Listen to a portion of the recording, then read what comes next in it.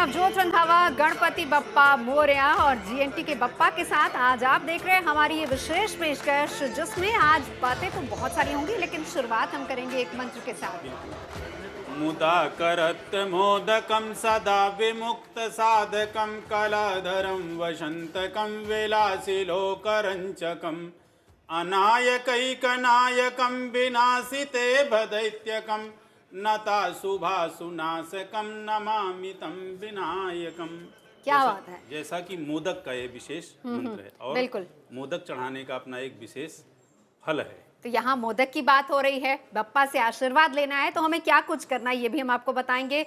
अरविंद शुक्ला जी हमारे साथ हैं, प्रतीक भट्ट जी हमारे साथ है, हमारे साथ डॉक्टर नितिशा जुड़ चुकी हैं और मेरे साथ ही साथ जुड़ेंगी नंदिता जी भी। लेकिन आज का ये शो खासतौर पर फोकस, अब मोदक की चर्चा हुई है तो मोदक पर तो करेंगे ही, लेकिन साथ ही साथ रिद्धि सिद्धि के दाता से हम क्या कुछ पा सकते हैं। बप्पा को हम घर ला रहे हैं तो किस तरीके से आराधना उपासना की जा सकती है। बप्पा किसके कारक है? बप्पा बुध के कारक हैं। बुध अगर आपकी कुंडली में कमजोर है तो आपको क्या करना चाहिए, आपकी राशि के हिसाब से कैसे इस बार बप्पा को आप प्रसन्न कर सकते हैं ताकि उनकी कृपा आप पर बनी रहे। ये तमाम ऐसे पहलू होंगे जिन पर हम चर्चा करेंगे। साथ ही साथ पूरे देश में किस तरीके से रौनक है वो भी आपको दिखाएंगे।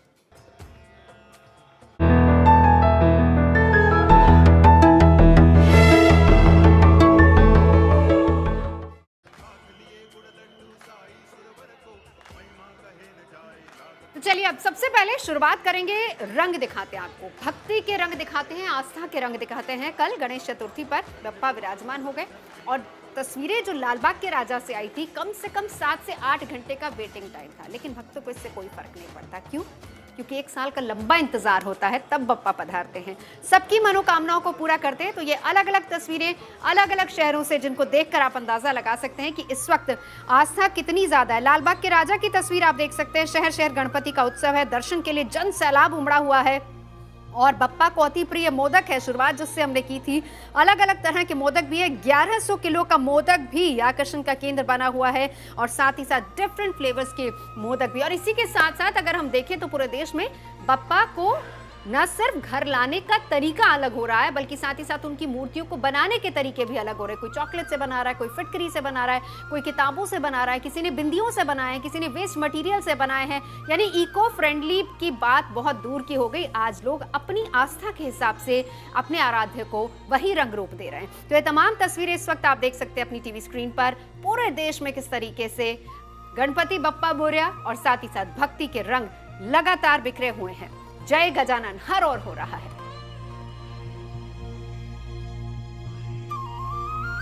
तो चलिए, खास मेहमान हमारे साथ जुड़े हुए हैं, परिचय मैं करा ही चुकी हूं, लेकिन सबसे पहले जहां से शुरुआत हुई थी, प्रतीक जी आपके पास आते हुए, बप्पा का कहाँ किस ग्रह से सबसे ज्यादा संबंध है और कैसे उसको मजबूत किया जा सकता है? देखिए, कहा जाता है बुद्धि और कौशल के मामले में गणेश जी जैसा कोई नहीं। जब कहा गया कि सबसे पहले सबसे जल्दी कौन इस ब्रह्मांड की परिक्रमा लगाएगा, तो इस पृथ्वी की परिक्रमा लगाएगा, और कार्तिकेय अपने वाहन लेके निकल गए, लेकिन गणेश जी ने सूझबूझ का परिचय दिया और अपने माता पिता के चारों तरफ चक्कर लगा के विजयी हो गए। तो ये कौशल बुद्धि बुद्ध से आती है और बुद्ध ही इकलौते ग्रह हैं। कल हम जब बैठे भी थे ये बात कर रहे थे, इस बार की गणेश चतुर्थी बुधवार को पड़ी, अपने आप में बहुत शुभ है।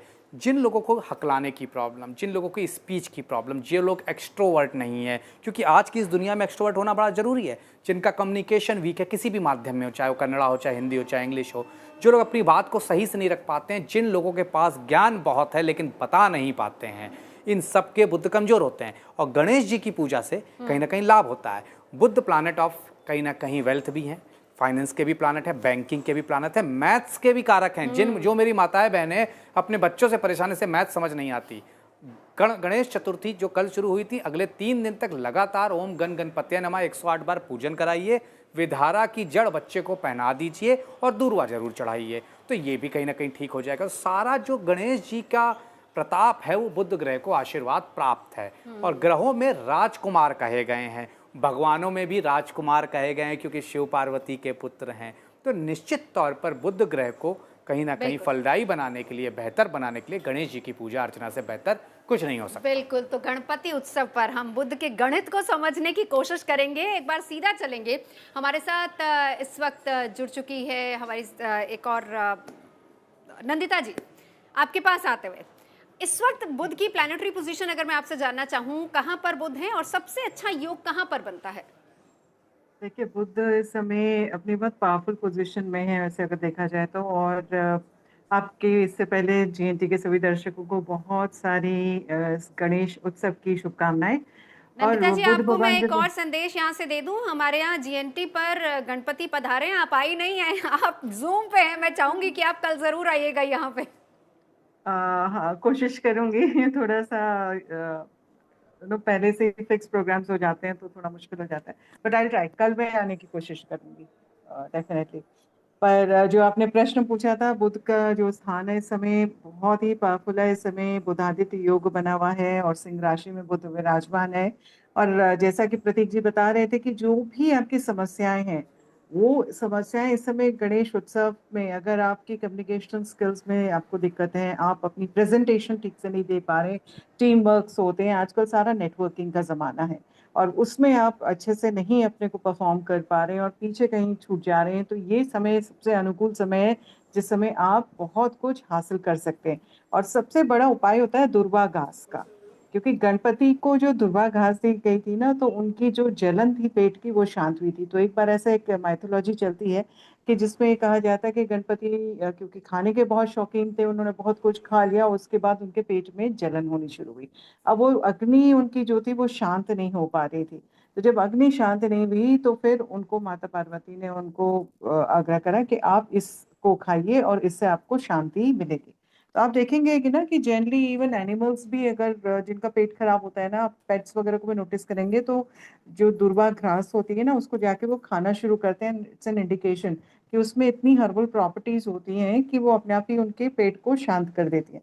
तो उसी तरह से गणपति ने जब वो खाया तो उनका पेट जो अग्नि थी वो शांत हुई, चटाकनी, और वो बिल्कुल एक कंफर्टेबल पोजीशन में आए। इसीलिए उनको दुर्वा घास भी चढ़ाई जाती है। तो ये दुर्वा घास के उपाय जो होते हैं, और बुध को रिप्रेजेंट करता है दुर्वा घास, तो उसके उपाय बहुत अच्छे होते हैं कि दुर्वा घास लेकर के आप 21 दुर्वा घास रोज गणपति को चढ़ाइए और उस दुर्वा घास से जल से लेकर के पूरे घर पे छिड़किए उसे। तो आप देखेंगे जो नकारात्मक ऊर्जाएं आपके घर पे हैं वो भी जी। हट जाएंगी, बुध आपका प्रबल होना शुरू हो जाएगा, वाक शक्ति आपकी स्ट्रांग होनी शुरू हो जाएगी। और जितना आप गणपति का वैसे तो मूलाधार चक्र होता है जिसमें को वो कंट्रोल करते हैं, तो मूलाधार चक्र का जो बीज मंत्र होता है उसको आप उच्चारण करें, और वो बीज बिल्कुल। मंत्र होता है लम। ये साउंड नीचे से लेके ऊपर तक आपने लेकर जानी है, और गणपति को लाल वस्त्र में आपने इमेजिन करना है आपके मूलाधार चक्र में। आप देखेंगे जो भी आपकी समस्याएं हैं जीवन की वो सारी खत्म होनी शुरू हो जाएगी, स्टेबिलिटी आनी शुरू हो जाएगी, प्रोस्पेरिटी आनी शुरू हो जाएगी जीवन में, सुख शांति सब कुछ आप प्राप्त करेंगे। बिल्कुल, लौटूंगी आपके पास। तो दूर्वा घास का क्या महत्व है नदिया जी से हमने जाना। चलिए हम शुरुआत करते हैं पहली 3 राशियों की। नितिशा जी, आप ही से शुरुआत करूंगी। पहली 3 राशियों को अगर अपनी कुंडली में बुध को स्ट्रॉन्ग करना है, सबसे पहले तो इनके लिए बुध रहता कैसे अमूमन ये भी बताइएगा, और साथ ही साथ इनको स्ट्रॉन्ग करना है तो इस उत्सव किस तरीके से बप्पा को प्रसन्न कर सकते हैं, उनकी कृपा पा सकते हैं। जी, थैंक यू नवजोत जी, और सभी को राधे राधे। जय माँ पीताम्बरा। वक्रतुंड महाकाय सूर्यकोटि समप्रभा निर्विघ्नं कुरु मे देवा सर्वकार्येषु सर्वदा। तो मेष राशि के जातकों के लिए बुध ग्रह तीसरे और छठे भाव के मालिक होते हैं। पराक्रम और हिम्मत, और छठा भाव कहीं ना कहीं रोग ऋण शत्रुओं से भी देखा जाता है। इसलिए मेष राशि के जीवन में नए कार्यों में गति आने वाली है। नए नवीन कार्य वो शुरू करने वाले हैं और सुधार उनके जीवन में अब आने वाला है। उनके व्यापार जॉब में जो भी तकलीफें चल रही हैं वो गणेश जी उनके विघ्नों को हरते हुए उनके कार्यों में प्रगति को लेकर के आ रहे हैं।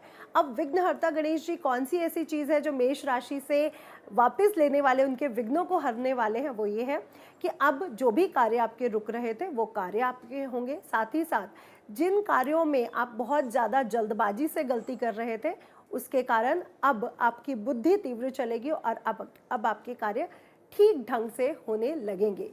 लाल रंग की वस्तु का दान करना आपके लिए विशेष उपाय है। लाल रंग की वस्तुओं का दान करिए और गणेश जी पर रक्त चंदन चढ़ाना इस समय बिल्कुल भी ना भूलिए। जितना डेली आप सुबह उनका अभिषेक करके उनको रक्त चंदन का तिलक लगाएं और अपने माथे पर भी लगाना बिल्कुल भी ना भूलें।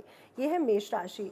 अगली राशि है वृषभ राशि। वृषभ राशि के सेकंड यानी द्वितीय भाव में, धन भाव में मिथुन राशि होती है, जहाँ मिथुन राशि के स्वामी ग्रह बुध ग्रह है, तो धन की स्थितियाँ वृषभ राशि के लिए काफ़ी अच्छी होने जा रही है। आर्थिक सुधार इस समय आपको मिलेगा और पारिवारिक कलह कलेश भी इस समय आपके दूर होते हुए नजर आ रहे हैं।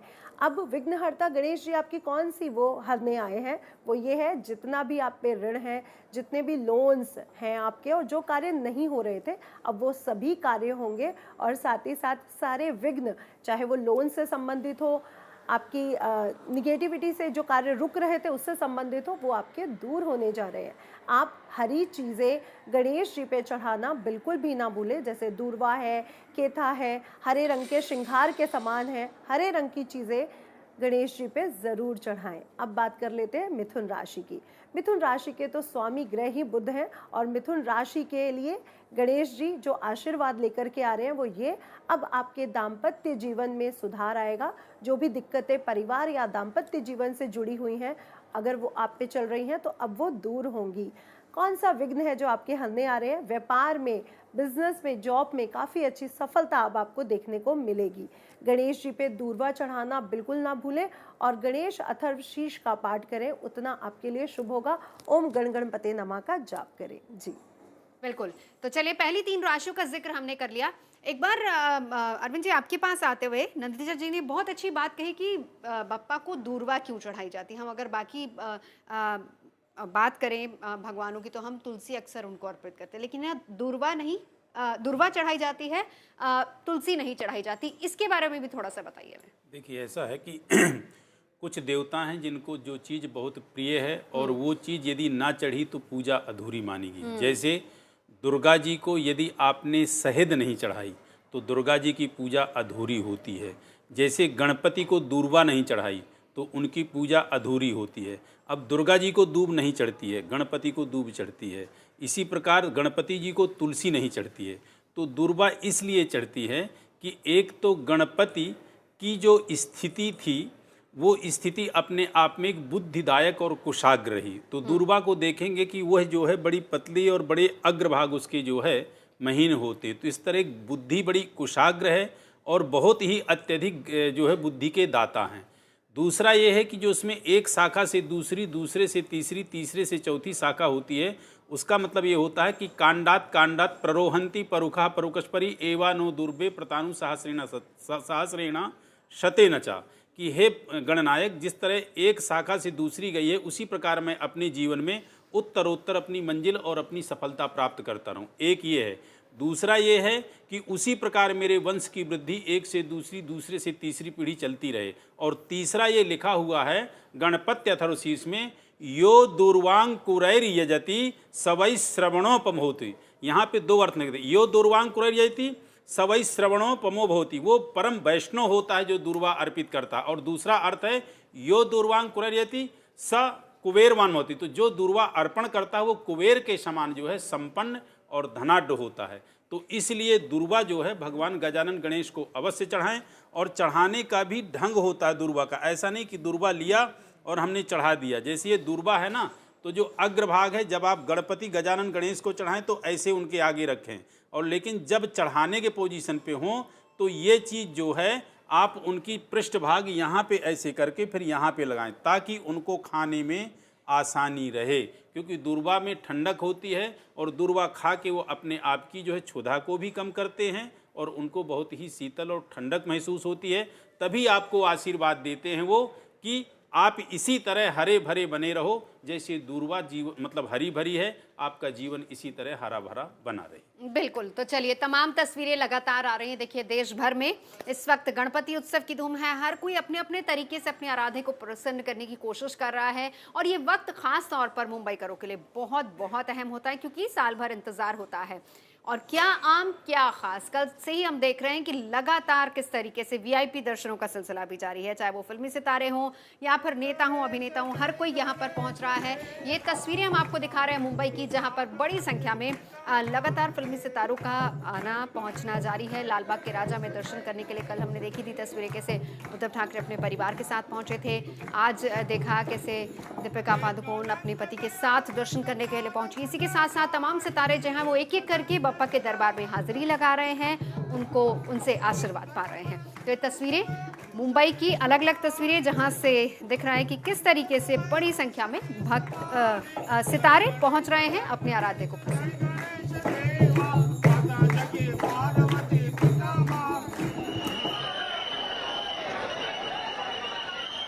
सलमान खान के घर भी बप्पा पधारे हैं, हेमा मालिनी भी बप्पा की भक्ति में लीन नजर आ रही हैं। गोविंदा ने भी बप्पा का आशीर्वाद लिया है। तो हर सितारा अपनी अपनी तरह से बप्पा का आशीर्वाद ले रहा है। किसी के घर बप्पा पधारे हैं, कोई बप्पा के दरबार में जाके हाजिरी लगा रहा है। खास मेहमान लगातार हमारे साथ बने हुए। प्रतीक जी, आपके पास आते हुए, अब शुरुआत में हमने क्योंकि बुध का जिक्र किया, खराब हो तो क्या उसका असर होता है, अच्छा कैसे किया जाए उस पर आएंगे, लेकिन उससे पहले ये बताइए कि क्या इसका पर्टिकुलर किसी ग्रह से भी संबंध होता है, मतलब बुध ग्रह का क्या पर्टिकुलर किसी राशि के साथ संबंध होता है कि वो राशि के में अगर बुध है तो ज़्यादा अच्छे रहेंगे, या फिर किसी के लिए बहुत ज़्यादा खराब रहते, बहुत स्ट्रगल किसी को करनी पड़ती है? तो निश्चित तौर पर जो आपने प्रश्न किया, मिथुन राशि और कन्या राशि द्वि स्वभाव राशि है। ये दोनों राशियां में बुध का आधिपत्य है। तो जब भी मिथुन और कन्या में होंगे तो बहुत अच्छे रिजल्ट्स लेके आएंगे। अब आप एक बात भी समझिए, मिथुन राशि कहीं ना कहीं वायु तत्व की राशि और कन्या पृथ्वी तत्व, जीवन के सुख यहीं पर हैं पृथ्वी पर। तो इसीलिए कहा जाता है, मैंने ऐसे तमाम लोग नवजोत जी देखे जो परम ज्ञानी हैं, जिनके अंदर ज्ञान भरा हुआ है, लेकिन उन्हें उस ज्ञान को समझाना नहीं आता, दुनिया को बताना नहीं आता। और आज की डेट में जो इंस्टा रील का डेट है, आप देख रहे हैं जिनके पास ज्ञान नहीं है लेकिन बोलना आता है, लेकिन वो बिक रहे हैं। क्यों? क्योंकि यही बुध है। इसीलिए मैं हमेशा कहता हूँ कलयुग के ग्रह हैं। तो जब भी मिथुन राशि कन्या राशि में बैठते हैं तो बहुत मजबूत हो जाते हैं। उनके स्वामी ग्रह हैं। मीन राशि में नीच के होते हैं, यहाँ पर बहुत ज़्यादा इनको समस्या होती है। और इस तरह के लोग अक्सर देखा जाता है अपनी फील्ड में, बैंकिंग, सॉफ्टवेयर इंडस्ट्री, मीडिया या फाइनेंस इंडस्ट्री या मार्केटिंग में जाते हैं, लेकिन सक्सेसफुल नहीं हो पाते हैं जितनी सफलता मिलनी चाहिए। तो ये एक बहुत बड़ी समस्या है। तो आपको 3 राशियों पे ध्यान देना है। मिथुन कन्या में है तो बहुत मजबूत, मीन पे है तो कमज़ोर। इसी तरह से भाव की बात कर लेते हैं। लग्न में बैठे हों, चौथे पे बैठे हों, पंचम भाव में बैठे हों, बहुत मजबूत माने जाते हैं। नवम भाव में, दसम भाव में, 11वें भाव में बहुत मजबूत है। इन सबको अगर निचोड़ के बताएं तो पंचम और दसम के बुध सर्वश्रेष्ठ बुध माने जाते हैं।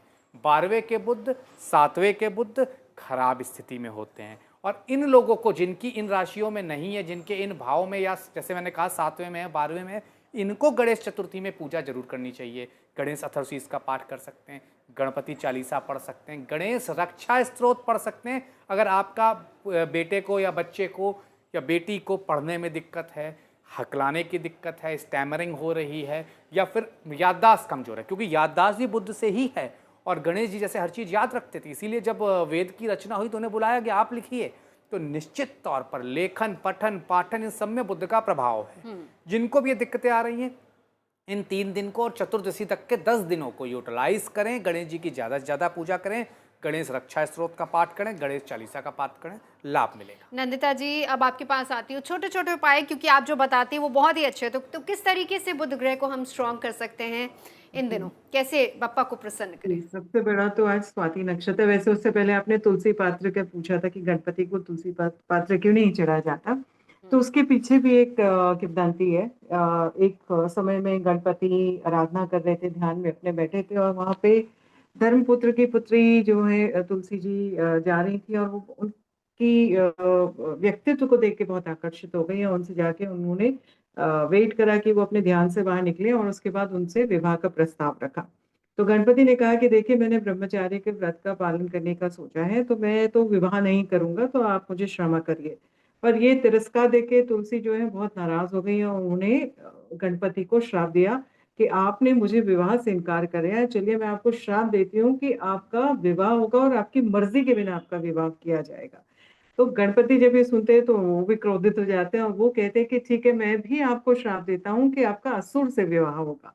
तो ये जब आपस में जब ये होता है, उसके बाद दोनों का गुस्सा शांत होता है, तो फिर रियलाइज करते हैं कि अरे ये तो गलती हो गई, और तुलसी भी क्षमा मांगती हैं कि देखिए, आपने इतना मेरे को कठोर श्राप दे दिया है, तो आप मुझे इसमें माफ करिए। तो वो बोलते हैं कि मुझे भी माफ करिए कि मैंने आपको इतना स्ट्रॉन्ग श्राप दिया।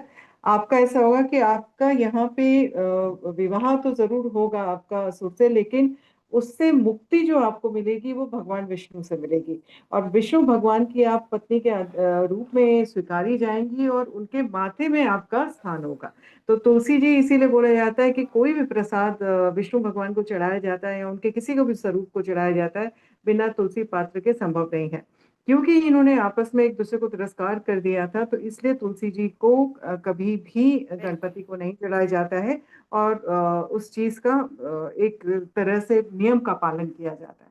तो ये तो जी तुलसी जी की कहानी कि क्यों तुलसी जी को नहीं चढ़ाया जाता। अब देखिए, आज का दिन स्वाति नक्षत्र भी है, बहुत सुंदर नक्षत्र है, राहु का नक्षत्र है और बुध के प्रिय मित्र हैं राहु।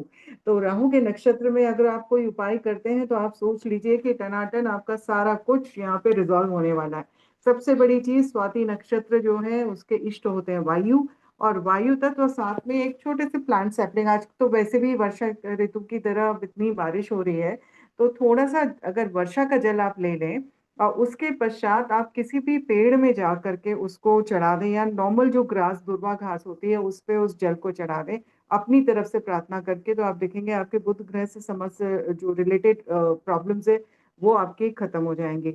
इसी जी दिन ये भी बोला जाता है कि आज मतलब ये जो 10 दिन है इनमें आप छोटे पौधे, क्योंकि स्वाति नक्षत्र में स्पेशली अगर आप ये उपाय करते हैं, कोई भी छोटा पौधे का पौधा रोपण करिए, आप देखेंगे आपके जो भी जीवन में समस्याएं वो खत्म हो बिल्कुल जाएंगी। बुध बिल्कुल ग्रह में आप हरा चारा गाय को खिलाएं आज के दिन, तो बहुत अच्छा रहेगा। या इन 10 दिनों में खिलाएं, भिगा करके हरी मूंग की दाल खिलाएं, वो भी बहुत अच्छा उपाय है जो आपके जीवन में जो भी समस्याएं आती हैं, जी चाहे आप शेयर मार्केट में हैं, ट्रेडिंग में हैं, कम्युनिकेशंस में हैं, मोबाइल कंपनी से हैं, टेलीकॉम से रिलेटेड है, सैटेलाइट नेटवर्क से रिलेटेड है, टीवी मीडिया सोशल मीडिया से रिलेटेड है, ये सारे ही एरियाज में आपको प्रगति मिलेगी और आपके जो भी एफर्ट्स हैं उससे आपको सकारात्मक उसका प्रभाव मिलेगा। बिल्कुल। मैं लौटूंगी आपके पास अनंता जी। चलिए अगली लेते हैं नितिशा जी से। जी, तो कर्क राशि है अगली राशि, और कर्क राशि में 12th हाउस और 3rd हाउस के स्वामी होते हैं बुध। कर्क राशि के लिए गणपति बप्पा क्या आशीर्वाद लेकर के आ रहे हैं? उनके स्वास्थ्य में सुधार देखने को मिल सकता है इस समय, और उनके कार्यों में प्रगति होगी। नौकरी व्यवसाय में प्रमोशन के चांसेस भी बन रहे हैं कर्क राशि वालों के लिए। और विघ्नहर्ता गणेश जी उनके जो कष्ट हलने आए हैं, अब उनके आत्मबल में भी मजबूती देखने को मिलेगी, स्थिरता देखने को मिलेगी। तो कर्क राशि के लिए यह समय गणेश जी का आशीर्वाद बहुत विशेष आ रहा है। कर्क राशि के लिए जो उपाय रहेगा गणपति बप्पा को प्रसन्न करने का, वहाँ पे ये है, सफ़ेद दूध से बनी मिठाइयाँ उनको अर्पित करें और साथ ही साथ उनका अभिषेक दूध से करें, तो वो बहुत जल्दी प्रसन्न होंगे। कर्क राशि के बाद सिंह राशि की बात करेंगे। सिंह राशि में यहाँ पे इस समय बुध ग्रह गोचर भी कर रहे हैं, और साथ ही साथ यहाँ पे एकादशेश यानी लाभ भाव के भी मालिक हो जाते हैं और धन भाव के भी मालिक हो जाते हैं। तो अब आपके परिवार से संबंधित जितनी भी दिक्कतें थी वो दूर होने जा रही हैं, आत्मविश्वास आपका बढ़ेगा, और साथ ही साथ जो कार्य आपके रुक रहे थे वो अब पूरे होंगे। तो गणेश जी का आशीर्वाद है। और विघ्नहर्ता गणेश जी आपके जीवन से सभी प्रकार की कठिनाइयों को निकालने आए हैं। सभी प्रकार के जो कष्ट चल रहे हैं, गुस्सा है, क्रोध है, वो अब आपके दूर होंगे। आपके लिए जो उपाय रहेगा वो इतना रहेगा कि रक्त चंदन से गणेश जी का अभिषेक करें, और साथ ही साथ उनको तांबे के पात्र से अगर आप अभिषेक करते हैं या तांबे के पात्र में अगर आप उनको भोग लगा देते हैं तो वो बहुत जल्दी आपसे प्रसन्न होंगे। कन्या राशि की बात कर लेते हैं। कन्या राशि के स्वामी ग्रह बुध हैं, और यहाँ पर ही बुध ग्रह उच्च के भी हो जाते हैं। तो कन्या राशि के जीवन से इस प्रकार सभी प्रकार के कष्ट दूर होते हुए इस समय पारिवारिक सौहार्द बढ़ता हुआ नजर आ रहा है। और इनके लिए विघ्नहर्ता गणेश जी क्या विघ्नों को हर रहे हैं। इनके जीवन से सभी प्रकार के ऋण और रोग दूर होते हुए नजर आ रहे हैं। आपको गणेश जी को हरी चीजें अर्पित करना बिल्कुल भी नहीं भूलना है। दूर्वा अगर ले लेते हैं तो 21 गांठें दूर्वा की गणेश जी को अर्पित करें, बहुत अच्छा रहेगा। और दूर्वा के जल से, दूर्वा के रस से अगर आप उनका अभिषेक करते हैं तो वो बहुत जल्दी प्रसन्न हो जाएंगे। गणेश चतुर्थीश का पाठ करना बिल्कुल भी ना भूलें। चलिए अरविंद जी, बहुत से लोग 1.5 दिन के लिए पप्पा को अपने घर लाते हैं, 10 दिन के लिए भी पप्पा को लाते हैं, तो अलग अलग दिनों का क्या अलग अलग महत्व होता है? देखिए, ऐसा है नवजोत जी कि जो जितना ज़्यादा जो है मान लीजिए मीठा आप डालेंगे उतना ज़्यादा उसमें मिठास आएगी। जो जितना ज़्यादा जो है भक्ति के प्रति समर्पित होकर अपना समय देगा उसको प्रतिफल उतना ज़्यादा ही प्राप्त होगा।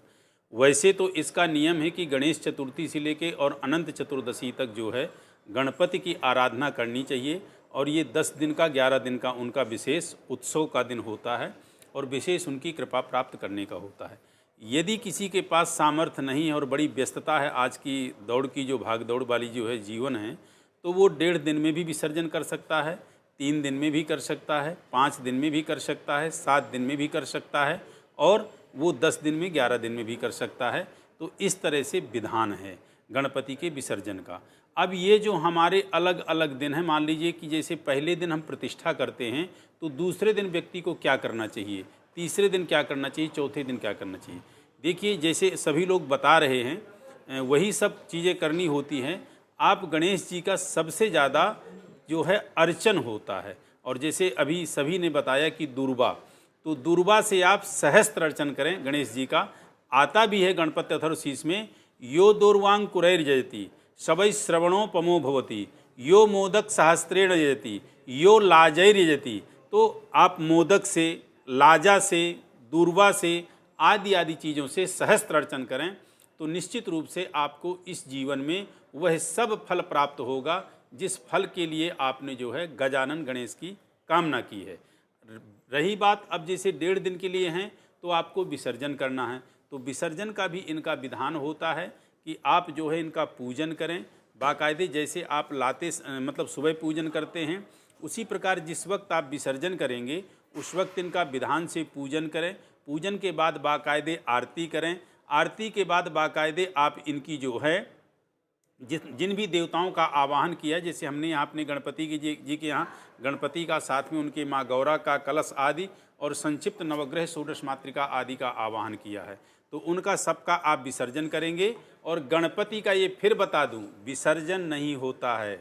गणपति, कुबेर और लक्ष्मी, इन 3 का यदि हमने विसर्जन कर दिया तो हमारी ज़िंदगी से धन धान्य, ज्ञान, विवेक, बुद्धि सब खत्म हो जाएगी।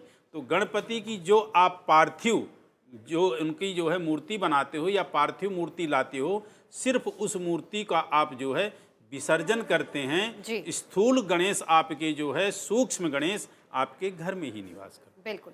चलिए, इससे पहले कि हम आगे बढ़े, ज़रा आपको दिखाते हैं तस्वीरें पुणे की, बेहद खूबसूरत तस्वीरें। देखिए, बप्पा का उत्सव हर जगह मनाया जा रहा है, गणपति उत्सव हर जगह मनाया जा रहा है।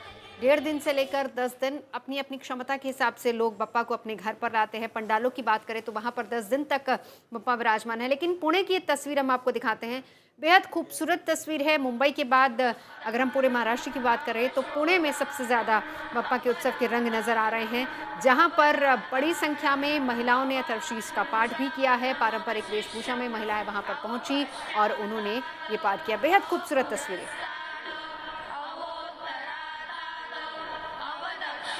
पारंपरिक वेशभूषा में पहुंची महिलाओं ने जमीन पर बैठकर एक साथ भगवान गणेश की स्तुति की है। हर तरफ बप्पा की भक्ति की महक नजर आ रही है।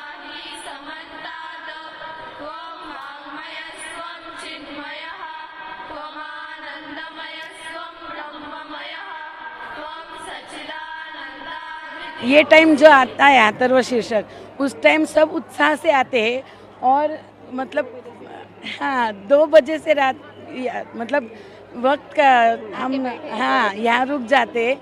और सबसे बड़ी बात कि हमको बहुत गर्व है यहाँ की इतनी महिलाएं सब आती है एक साथ।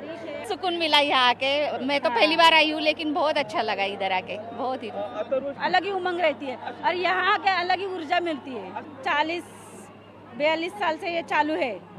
ये हर रोज हर साल बढ़ते ही जाता है, मतलब सबका उत्साह हर साल हजारों में संख्या बढ़ती ही जाती है हर साल। I'm not Indian, but it was they hosted me so well and I felt really well.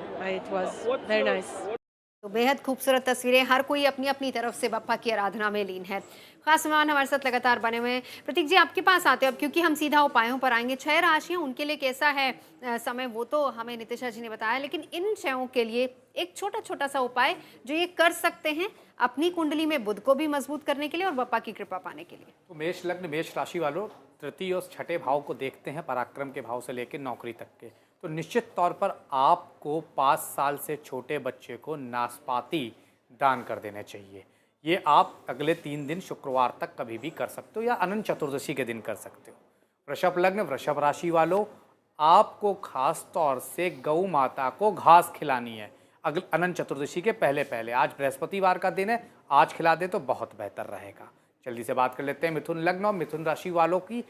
मीठे का दान करना है, पिस्ता की मिठाई गणेश जी को चढ़ानी है। आपकी जो भी समस्या है खत्म हो जाएगी, क्योंकि आपके लग्न, आपके जीवन, आपके स्वास्थ्य और आपके चतुर्थ भाव को, घर गाड़ी बंगले को पे राज करते हैं गणपति देव, तो निश्चित तौर पर उसमें लाभ मिलेगा। अब बात कर लेते हैं कर्क लग्न और कर्क राशि वालों। तो कर्क लग्न, कर्क राशि, विदेशों से चीज़ें अगर रुक रही हैं तो आपको विधारा की जड़ धारण कर लेनी है। शुक्रवार, शनिवार या संडे के दिन आने वाले अपने माली से मंगवा लीजिए, लाभ मिलेगा। सिंह लग्न, सिंह राशि वालों, आप निश्चित तौर पर एक छोटा सा बस उपाय करना है, अमरूद बंदरों को खिला दीजिएगा, निश्चित तौर पर लाभ मिलेगा। और इस दौरान वैसे भी क्योंकि बुध जो हैं सूर्य और केतु के साथ हैं, थोड़ी प्रॉब्लम में है, तो बंदरों को अमरूद खिलाना किसी भी दिन खिला सकते हैं, अनंत चतुर्दशी के पहले लाभ मिलेगा। कन्या लग्न, कन्या राशि वालों, पत्तों का दान, चाहे वो आम के ही पत्ते क्यों ना हो, किसी मंदिर में जाके निश्चित तौर पर आप चढ़ा दीजिए, आपको लाभ मिलेगा। चलिए आगे बढ़ते हैं। तो राशियों की बात की, नंदिता जी आपके पास आते हैं अब, क्योंकि बप्पा जो हैं बल बुद्धि के दाता हैं, बच्चों के लिए बहुत इंपॉर्टेंट हो जाता है ऐसे समय में कि उनकी आराधना करें। तो खास तौर पर अगर किसी को, कोई विद्यार्थी है या फिर बच्चे हैं जिनको अपनी स्टडीज के लिए बप्पा की कृपा चाहिए, तो उनके लिए विशेष तौर पर आप क्या उपाय बताएंगी? बहुत सुंदर प्रश्न है आपका, और ये बहुत ही सुंदर समय है जिस समय आप उपाय करते हैं तो आपको उसको बहुत अच्छे रिजल्ट्स मिलते हैं। और सबसे प्रथम आपने क्या करना है, क्योंकि गणपति जो थे वो माता पार्वती के जो हल्दी का उपटन था उससे उनकी पैदाइश हुई थी। तो हल्दी आपने लेनी है, कच्ची हल्दी आप लीजिए या हल्दी सूखी गांठ लीजिए, उसको पीस लीजिए और उसका जो एक पाउडर बनता है उसको आपने रखना है कटोरी में, और उसके ऊपर आपने एक रखनी है सुपारी। सुपारी भी गणपति का प्रतीक होते हैं। उसके ऊपर आपने सिंदूर डालना है, और सिंदूर डाल करके आपने 21 बार ओम गण गणपते नमः इस मंत्र का जप कर आपने सिंदूर डालते जाना है। तो जितनी बार आप डालेंगे आप ओम गण गणपते नमः का स्मरण करेंगे, अपनी किताबों का स्मरण करेंगे, अपने जो भी आपकी एकेडमिक लेवल है उसका स्मरण करेंगे और गणपति का आशीर्वाद मांगेंगे कि जिस तरह की तीक्ष्ण बुद्धि आपकी है, जिस तरह की नॉलेज और विजडम आपकी है, वो सारी आपकी प्रॉपर्टीज मेरे पास आ जाए, मेरे ऊपर भी आ जाए आपकी कृपा से।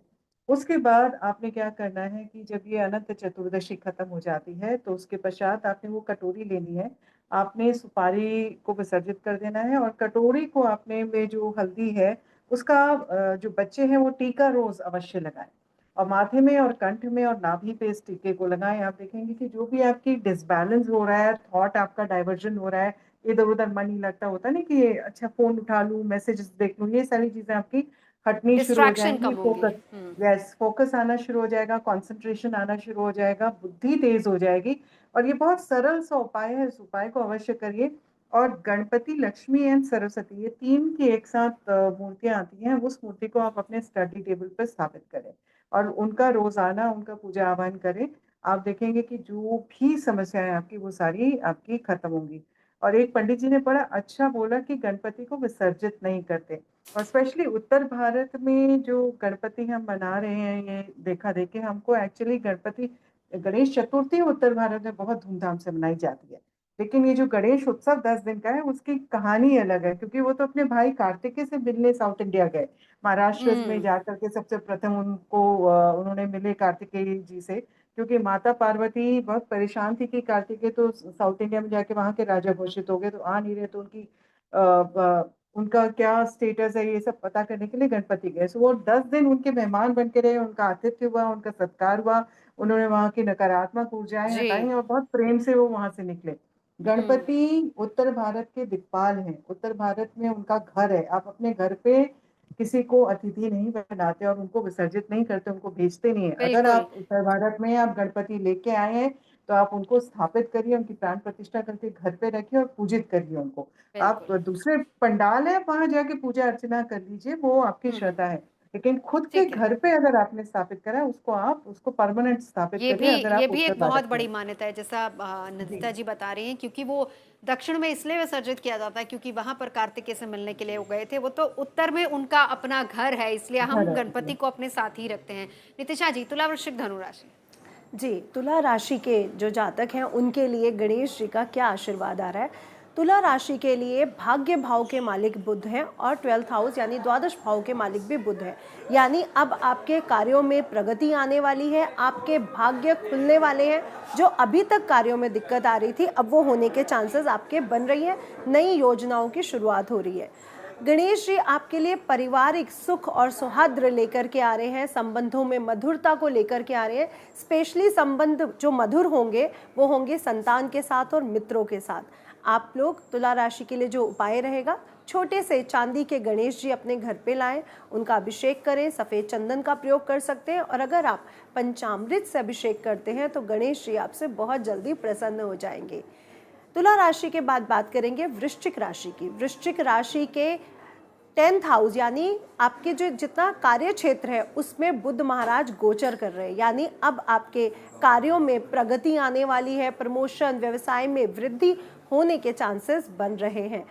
तो वृश्चिक राशि वालों के लिए यह समय काफ़ी अच्छा है। आत्मबल आपका मजबूत रहेगा और जो विघ्नहर्ता गणेश जी आपके विघ्नों को हरने वाले हैं वो ये है कि मानसिक तनाव इस समय आपके कम होते हुए नजर आएंगे। वृश्चिक राशि वाले गणेश जी पर लाल रंग की वस्तुएं अर्पित कर सकते हैं, गुड़ से बनी वस्तुएं को भोग लगा सकते हैं और साथ ही साथ अगर आप लाल रंग के चंदन का प्रयोग करते हैं तो आपके लिए अति उत्तम रहने वाला है।